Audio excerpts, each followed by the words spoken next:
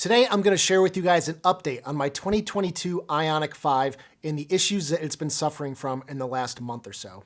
So if you want a little status update on my problems, then stay tuned. Hey everybody, it's the Ioniq guy. If this is your first time on the channel, welcome. I cover all things Ioniq related, and today is going to be an update video. So if you saw one of my most recent videos, you'll know that my radar recently stopped working and thusly adaptive cruise control no longer functions. So this happened about 2 weeks ago.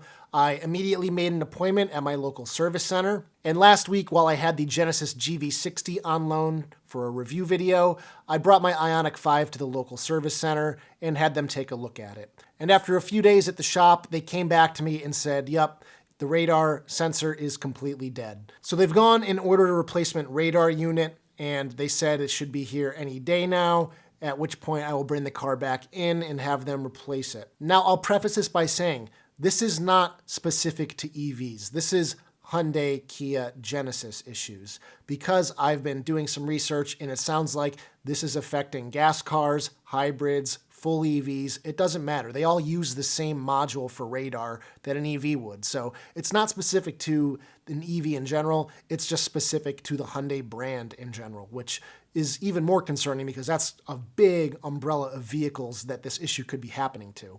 So this has been really annoying for me because most of my driving, my commute is on the highway. So once I'm on the highway, I usually just set it and kind of just let it do its thing. So that has been annoying. It's also annoying every time you get in the car seeing these two codes pop up on the driver information display. Then you have to clear them if you want to see any of the other screens. So that's a little annoying as well. But my biggest concern here is what this means for the longevity of the car. So the warranty for the car is 5 years or 60,000 miles for anything in the car that might go wrong, which is still a pretty good warranty in comparison to some other automakers, but that still has me worrying once I'm past 60,000 miles.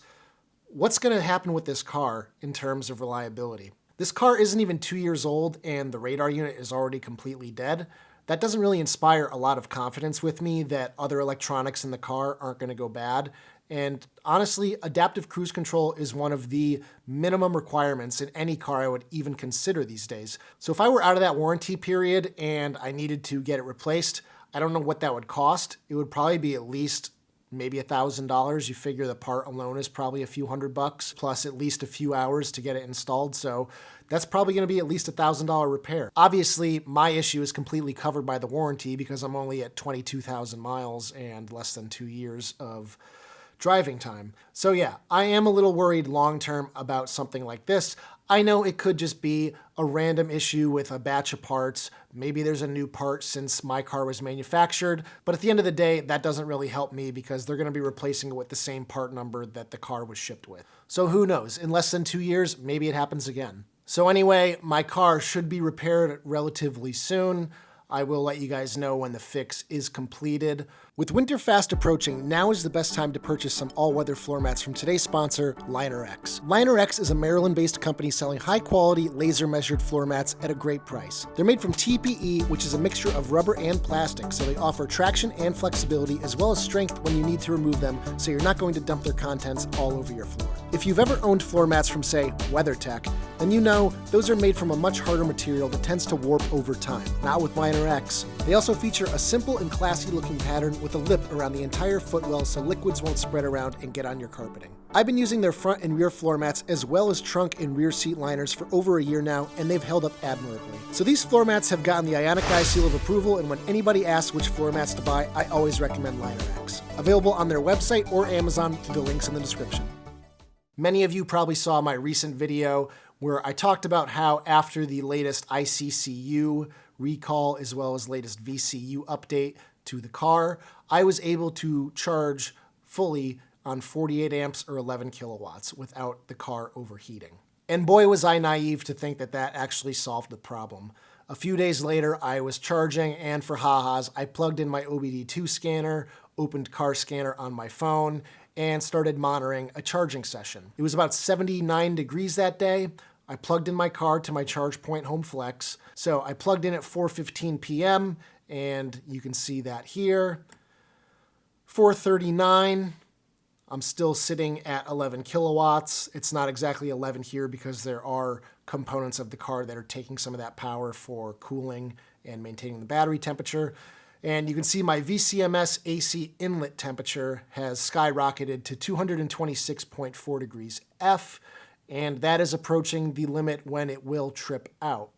Now, in my case, it didn't trip out.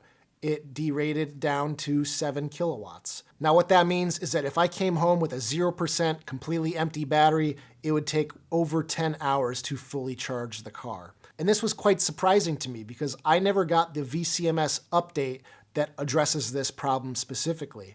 All I've had is the latest VCU update and the ICCU recall.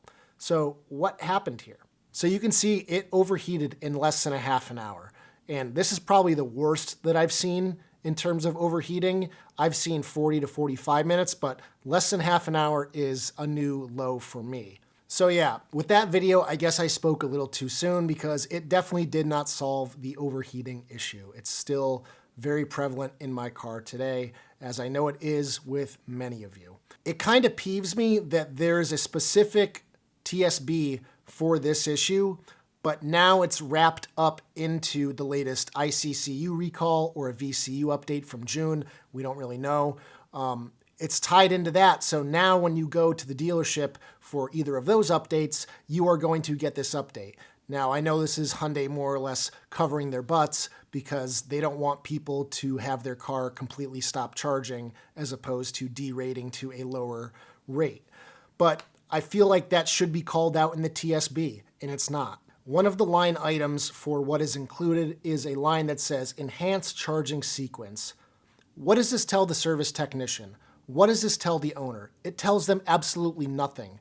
What I don't understand is why they can't be more forthcoming with what these updates are specifically changing. These are all very broad line items that don't really tell you anything. They're not giving you a new little leaflet to put into the owner's manual that says, okay, this part of the car might overheat, and when it does, it's going to derate.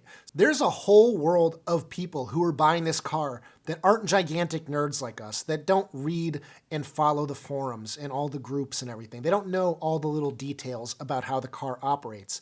So when they bring their car in for an update and they get it back and something is completely changed, they have literally no description of what has changed. So enhance iPedal mode operation.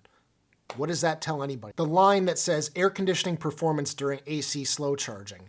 That doesn't tell you anything. And it just makes the technician's job more complicated because they don't know what's changing either. So if a customer comes back and says, hey, this changed, why did that happen? The technician's not going to know either. And then it just causes a big cloud of confusion.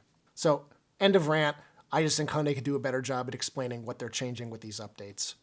So I actually reached out today to the law firm that is handling the class action lawsuit against Hyundai over the overheating charge port to find out if they have any updates directly from Hyundai or from the district court that it is being filed in. It's been pretty much radio silence on Hyundai's part, which I understand. Most companies aren't going to comment when they're going through litigation on the specifics. When and if I get those, I will be sure to share them with you. But now that the end of summer is here, we're entering fall, cooler temperatures, we can start seeing if this issue continues throughout the winter and with cooler temperatures. Because last winter, I don't think this issue was nearly as prevalent as it is now. So we have many more people that can continue doing this testing. There's a lot of people in my Facebook group that post good data. So I encourage those people to keep doing that throughout the fall and winter. Collecting data is really our only option at this point, and we can share it, and hopefully it leads to a resolution soon. But other than that, those are the two updates on the car. Now also let me know down in the comments if you've been continuing to have overheating issues with your Ioniq 5, how long it's taking before it overheats and derates to a lower charging speed, and we'll just go from there. It's always good to see other people's ongoing experiences with their cars. So anyway, if you like today's video, give it a thumbs up, and I'll see you guys in the next one. Take care, everybody.